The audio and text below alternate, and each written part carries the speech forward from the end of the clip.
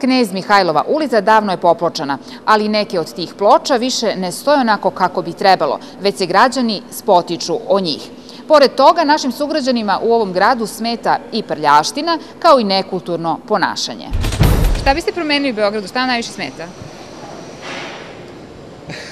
No comment.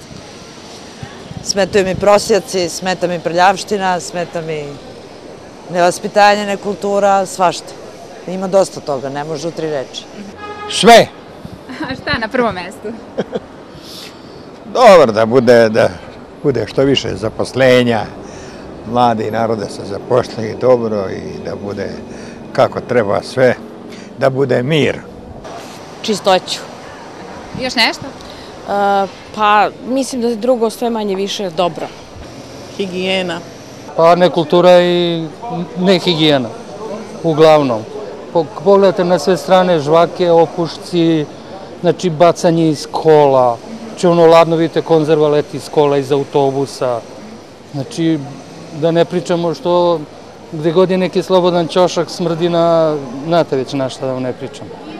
Znači trebalo bi malo poraditi s ljudima na kulturi, na vaspitanju. Znači ono, očistite svoje dvorište pa onda da čistimo dalje, znate kako je.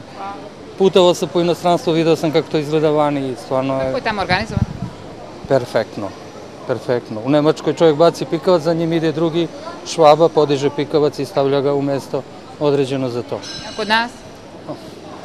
Kod nas većina samo baca, niko ne podiže, retke su takve. Smete mi trenutno ove ploče koje se ljuljaju i nisu dobro urađene celom Knez Mihajlovom.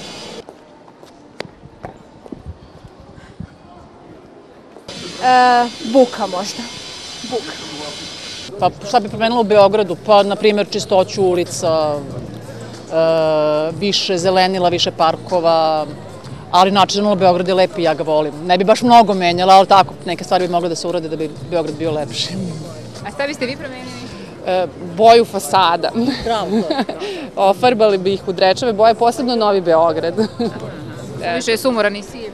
Da, sivi beton, promenila bi taj izgled i naravno promenila bi carinu, znači Luku, Beograd i naš najlepši deo grada kroz koji prolaze kamioni da bi se carinili u Luci Beograd. Ja mislim da će tu sad biti nekih promjena. Daj Bože. Ništa mi ne smete u mom Beogradu. Ćao.